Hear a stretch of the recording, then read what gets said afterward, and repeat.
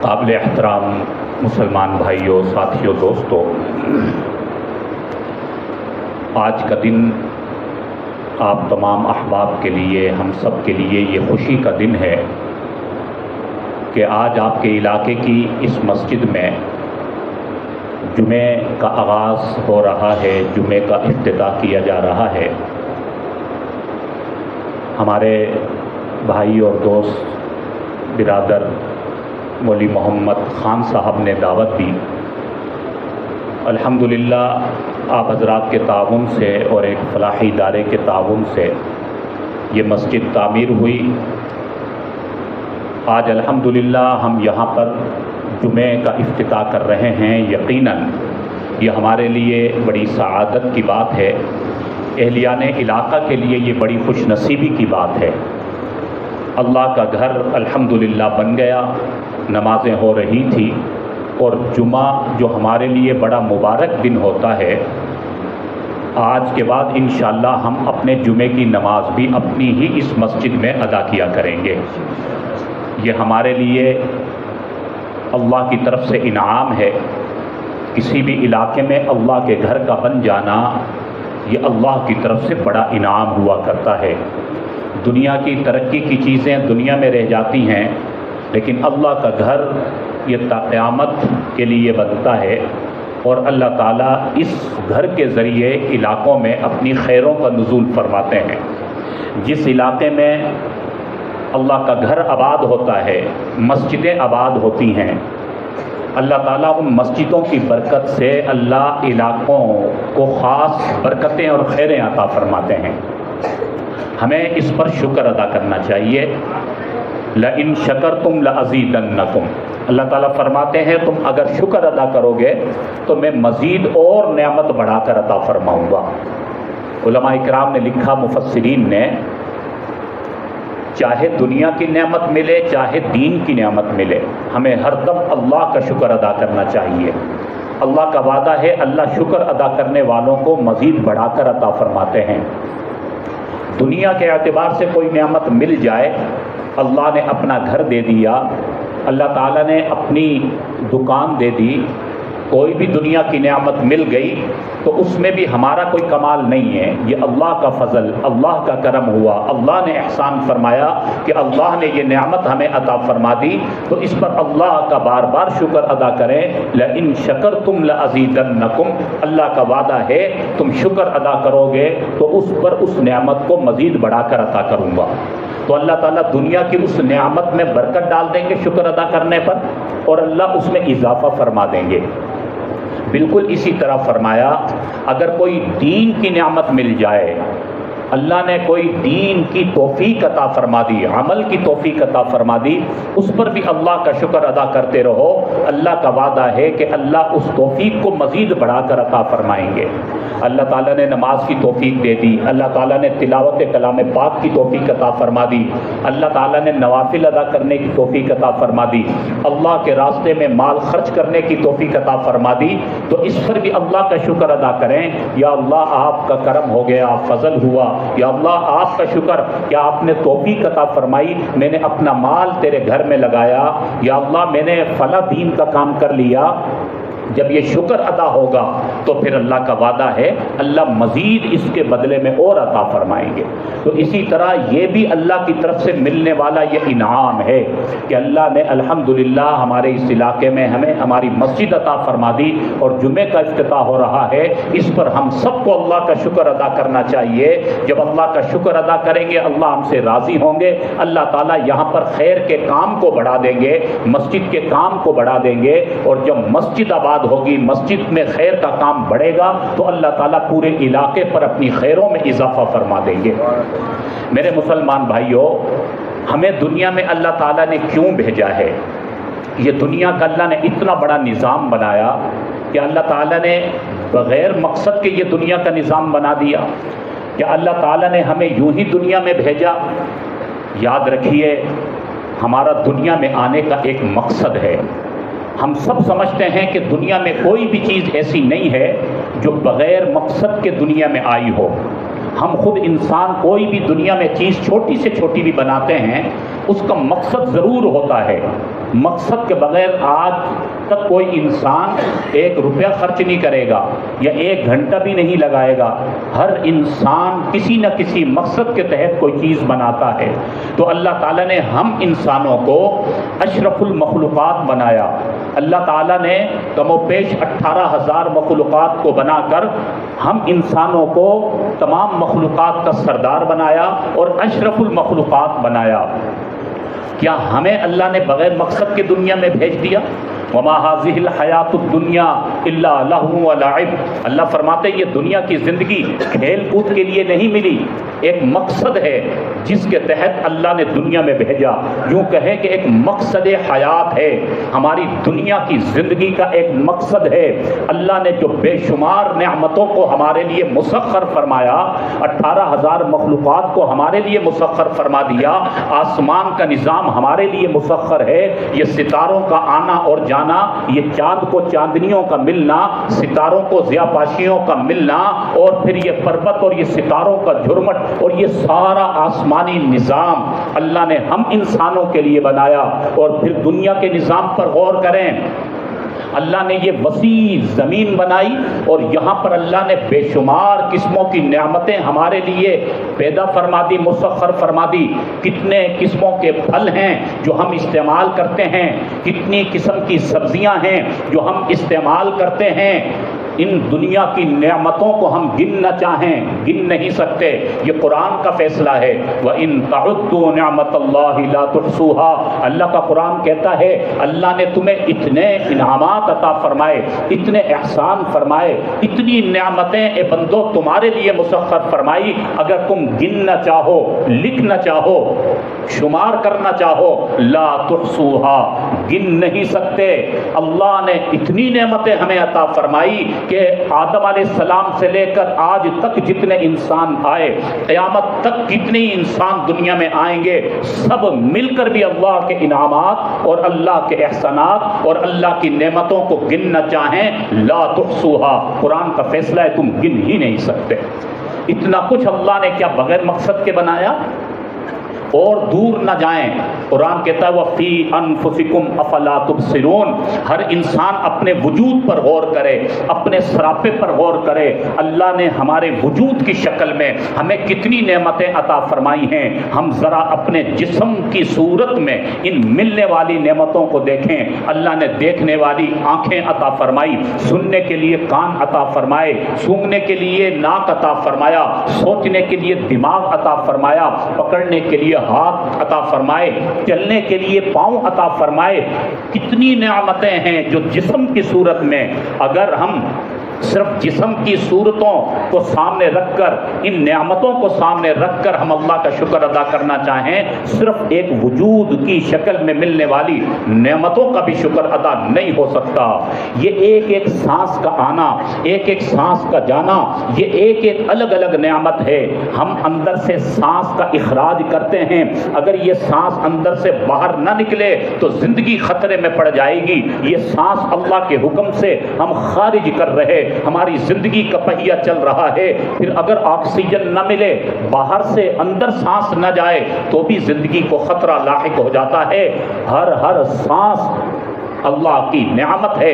ہر minute میں کتنی مرتبہ سانس کا اخراج کرتے ہیں، کتنی مرتبہ سانس کو دوبارہ اندر لیتے ہیں، آکسیجن کا نظام چلتا ہے. یہ کتنی بڑی نعمت ہے. تھوڑی دیر کے لیے سانس کا آنا اور جانا بند ہو جاتا ہے، زندگی خطرے میں پڑ جاتی ہے. تو میرے بھائیوں، یہ اتنی نعمتیں اللہ نے کیوں عطا فرمائی ہیں؟ بغیر مقصد کے عطا فرمائی. یاد رکھیے، جب دنیا کی چھوٹی سے چھوٹی چیز کا کوئی مقصد ہے تو انسان کو پیدا کرنے کا بھی مقصد ہے. اور وہ مقصد کیا ہے؟ اصل میرے بھائیوں اس مقصد کو سمجھنا ہے.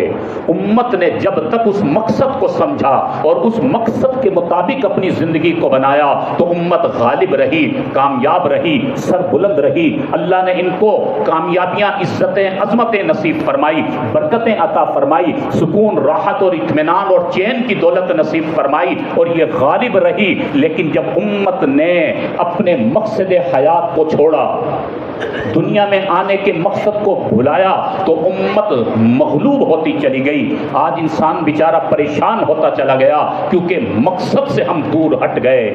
یاد رکھیے جب انسان مقصد سے ہٹ جاتا ہے وہ ناکام ہو جایا کرتا ہے. جب تک کسی بھی چیز کو ہم اپنے مقصد کی طرف گامزن دیکھتے ہیں اس چیز کی اہمیت ہوتی ہے, عظمت ہوتی ہے, اور جب وہ چیز اپنے مقصد سے ہٹ جاتی ہے تو اس کی ویلیو خراب ہو جاتی ہے. علماء اکرام نے اس کی مثال لکھی, یہ ایک پنکھا ہے, اس پنکھے کا مقصد کیا ہے؟ ہوا دینا.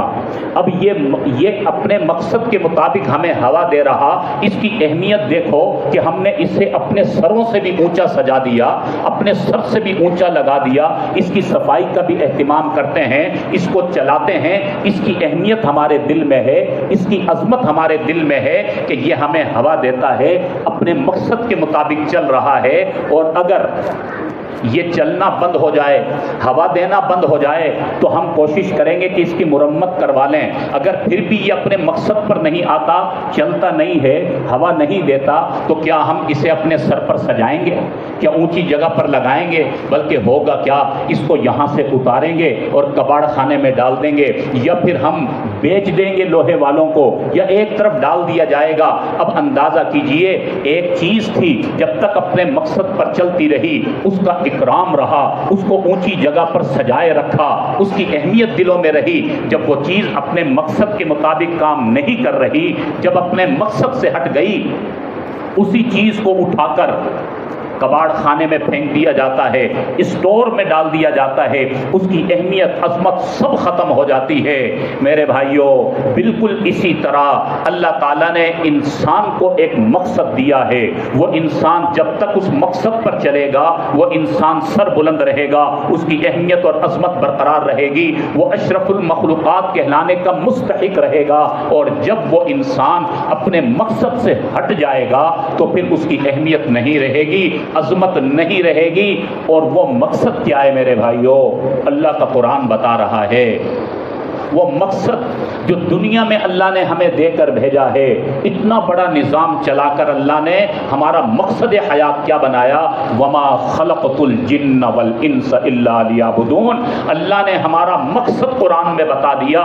وہ مقصد ہے اللہ کی عبادت, وہ مقصد ہے بندگی, وہ مقصد ہے اپنی جبینوں کو اللہ کے آگے جھکانا, وہ مقصد ہے اللہ کو راضی کرنا. وہ دنیا میں آنے کا مقصد ہے آقا دو عالم صلی اللہ علیہ وسلم کے پاکیزہ طریقوں کے مطابق اپنی زندگی کو بنانا, حضور علیہ السلام کی سنتوں کو اپنانا. جو اللہ نے احکامات دے دیے, جو قرآن کی شکل میں اللہ نے ہمیں روشنی عطا فرما دی, جو قرآن کی شکل میں اللہ نے ہمیں صراط مستقیم کا راستہ دکھا دیا. اب ہم نے اس صراط مستقیم پر چلنا ہے, قرآن کے مطابق زندگی بنانی ہے, نبی اکرم صلی اللہ علیہ وسلم کی سنتوں پر چلنا ہے, اپنے نبی کے ایک ایک طریقے پر عمل کرنا ہے. یہ ہمارا مقصد حیات ہے. دنیا میں اللہ نے اس لیے بھیجا, یہ سب کچھ تمہیں دے رہے ہیں, یہ سب کچھ تمہارے لیے مسخر ہو گیا. آسمان و زمین کا نظام میرے بندو میں نے تمہارے لیے بنا دیا, لیکن میرے بندو میں نے تمہیں اپنی عبادت کے لیے بنایا ہے, میں نے تمہیں اپنی بندگی کے لیے بنایا ہے. اور پھر اس میں بھی انسان کا ہی فائدہ قرار دیا, بندوں کا ہی فائدہ قرار دیا. میرے بندو تم اپنی دنیا کی زندگی میں اس مقصد پر زندگی گزارو گے. یہ 50 60 70 سال کی زندگی مقصد حیات کے مطابق عبادت کرتے ہوئے, من چاہی زندگی سے بچ کر رب چاہی زندگی گزارتے ہوئے جب دنیا کی زندگی کو لے کر چلو گے, پھر یہ دنیا کی زندگی ختم ہونے کے بعد جو آخرت کی زندگی آنے والی ہے, جو کبھی نہ ختم ہونے والی زندگی, اللہ اس زندگی کو کامیاب بنا دے گا, اس زندگی کو اللہ شاداں و فرحاں کر دے گا. یہاں پر جو اللہ کی بندگی کر رہے اس میں بھی ہمارا مفاد ہے, ہمارا ہی فائدہ ہے کہ آخرت بن رہی ہے, آخرت کبھی نہ ختم ہونے والی زندگی ہماری کامیاب ہوتی چلی جا رہی ہے. اور صرف آخرت ہی نہیں بلکہ فرمایا جو انسان اس دنیا میں اللہ کی مان کر چلے گا, جو اپنے نبی کے طریقوں پر چلے گا, اللہ اس کی دنیا کو بھی سرخرو بنا دے گا, اللہ اس کی دنیا کو بھی کامیاب بنا دے گا. آج میرے بھائیوں ہمیں جو پستی نظر آ رہی ہے، جو ناکامیاں نظر آ رہی ہیں، جو بے سکونی کا عالم نظر آ رہا ہے، جو ہم بے برکتی کا رونا روتے نظر آ رہے ہیں، جو پریشانیوں کا عالم ہے، جو کشمکش ہمیں نظر آ رہی ہے، جو زندگی میں ٹینشن اور کشمکش بڑھتی چلی جا رہی ہے، اس کی اصل وجہ یہی ہے ہم نے اپنے مقصد کو چھوڑا تو دنیا بھی بے سکون ہوتی چلی گئی۔ آج کا انسان بیچارہ دنیا کے مال کے پیچھے دوڑ رہا ہے، اسباب کے پیچھے دوڑ رہا ہے۔ آج کا انسان یہ سمجھ بیٹھا، جس طرح کے غیر مسلم نے سمجھا، ایک بیچارے کافر نے سمجھا کہ دنیا کا مال ہی میری کامیابی کا ذریعہ ہے، دنیا کے اسباب ہی میرے سکون کا ذریعہ ہیں، وہ تو بیچارہ غیر مسلم ہے، کافر ہے، نادان ہے۔ لیکن ہمیں تو اللہ نے کلمے کی دولت نصیب فرمائی، اللہ نے قرآن میں ہمیں سمجھایا، اے میرے بندوں اور میری بندیوں، دنیا کے مال میں سکون نہیں ہے، دنیا کی دولت میں سکون نہیں ہے، دنیا کے اسباب میں سکون نہیں ہے، دنیا کے منصب اور عہدوں میں سکون نہیں ہے، دنیا کے نقشوں میں، گاڑیوں میں، بنگلوں میں اور دنیا کے اسباب میں اللہ نے سکون نہیں رکھا ہے۔ کامیابی اور سکون اور راحت الا بذکر اللہ تطمئن القلوب، اللہ نے اس دل کا اطمینان، یہ سکون اور راحت، عزت و عظمت اللہ نے اپنے دین سے وابستہ رکھی ہے۔ اللہ نے سکون اپنے نام سے وابستہ رکھا ہے، اپنی تعلیمات سے وابستہ رکھا ہے۔ میرے بھائیوں، اپنے مقصد حیات پر چلنے کی ضرورت ہے اگر ہم چاہتے ہیں ہماری محرومیوں کا ازالہ ہو جائے۔ آج بیچارہ جس سے معلوم کریں، ہر انسان بیچارہ کچھ نہ کچھ حالات سناتے نظر آتا ہے، مولوی صاحب دعا کیجئے گا، فلاں مسئلہ ہو گیا، بیماری ہاتھ نہیں چھوڑ رہی، گھر میں بے برکتی ہو گئی، ناچاکی ہو گئی، گھر میں بڑے مسائل ہیں، مختلف قسموں کی الجھنیں ختم نہیں ہو رہی، دعا فرمائیے گا۔ میرے بھائیوں، یہ کیوں ہو گیا؟ یہ گھروں کا ماحول کیوں بدل گیا؟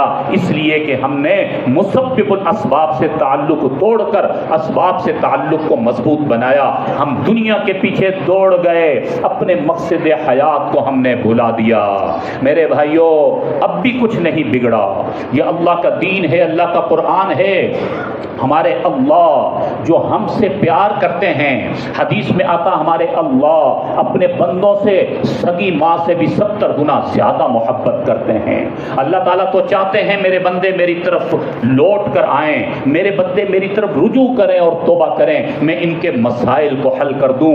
تو میرے بھائیوں، آج بھی اگر ہم چاہتے ہیں ہماری محرومیوں کا ازالہ ہو جائے، وہ مدد و نصرت جو صحابہ اکرام کو ملی، وہ مدد و نصرت جو تابعین تبع تابعین کو اللہ نے عطا فرمائی، ہمیں بھی وہ مدد و نصرت مل جائے، وہ برکتیں اور خیریں، عزتیں اور عظمتیں مل جائیں، اللہ کی طرف سے خیروں کا نزول ہمارے گھروں پر بھی نازل ہو جائے۔ تو میرے بھائیوں، اب بھی کچھ نہیں بگڑا، آج بھی ہم اللہ کو راضی کر سکتے ہیں، آج بھی ہم لوٹ سکتے ہیں۔ قل یا عبادی الذین اسرفوا علی انفسہم لا تقنطوا من رحمت اللہ، اے نبی میرے ان بندوں کو بتا دو جو ساری زندگی گناہ کرتے رہے، ساری زندگی اپنے پاؤں پر کلہاڑی مارتے رہے، نافرمانیاں کرتے رہے، ان کو بتا دو لا تقنطوا من رحمت اللہ، اللہ کی رحمت سے مایوس نہ ہو۔ ان دکھی لوگوں کو بتا دو اللہ کی رحمت سے مایوس نہ ہو، ان بیمار لوگوں کو بتا دو اللہ کی رحمت سے مایوس نہ ہو، وہ معاشرے کے تکلیف زدہ لوگوں کو بتا دو اللہ کی رحمت سے مایوس نہ ہو، وہ بے برکتی کا رونا روتے لوگ ان کو بتا دو کہ وہ اللہ کی رحمت سے مایوس نہ ہو، جو دنیا کے دلدل میں پھنس گئے، گناہوں کی دلدل میں پھنس گئے، ان کو بھی بتا دو اللہ کی رحمت سے مایوس نہ ہو، آ جائیں اللہ کی طرف متوجہ ہو جائیں، سچے دل سے توبہ کر لیں،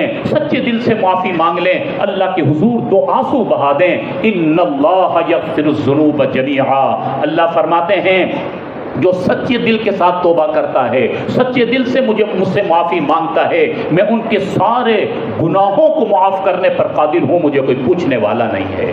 اللہ تعالیٰ تو ہمارے سارے گناہوں کو معاف فرما دے۔ اس لیے یہ شیطان جو ہمیں مایوس کرتا ہے، شیطان کی باتوں میں نہیں آنا۔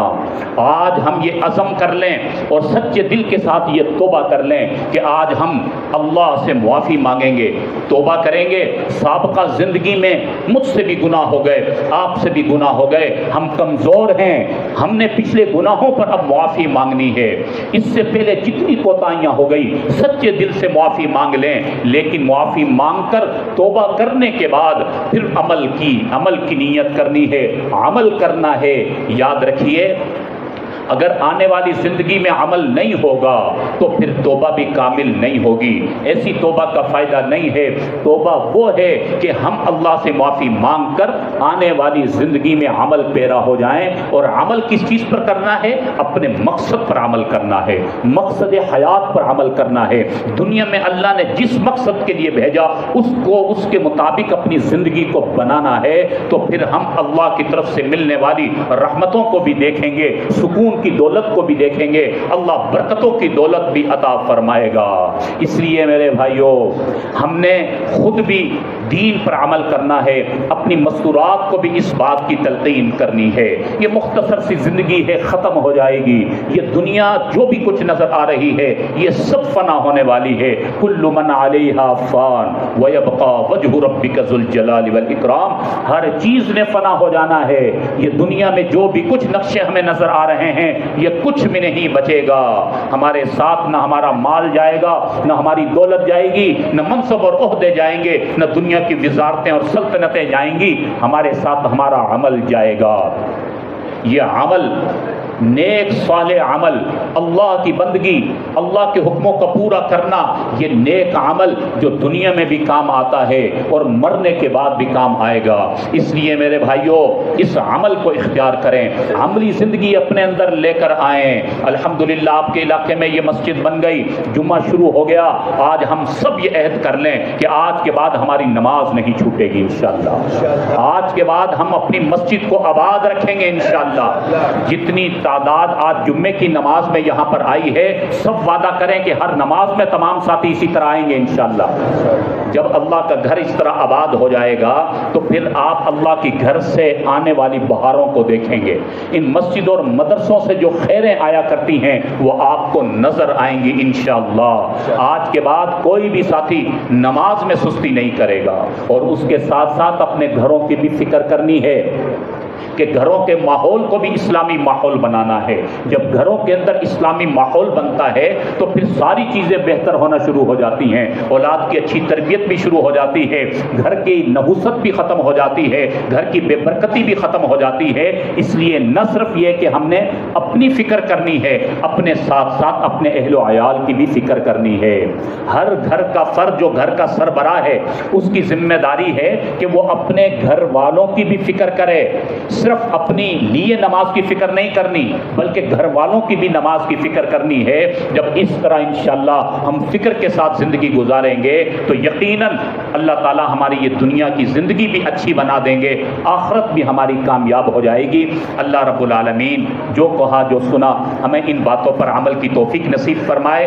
جن ساتھیوں کے تعاون سے, جس ادارے کے تعاون سے ماشاءاللہ یہ اللہ کا گھر بنا, یہ مسجد بنی, اللہ تعالیٰ ان کو بھی شایان شان اجر عظیم عطا فرمائے. مولوی محمد خان صاحب, ان کے ساتھ دیگر ساتھی جو توجہ دے رہے ہیں, فکر کر رہے ہیں, یہاں پر ماشاءاللہ بہت سے ساتھی جو مسجد کی فکر میں ہوتے ہیں, اللہ سب کو شایان شان اجر عظیم عطا فرمائے.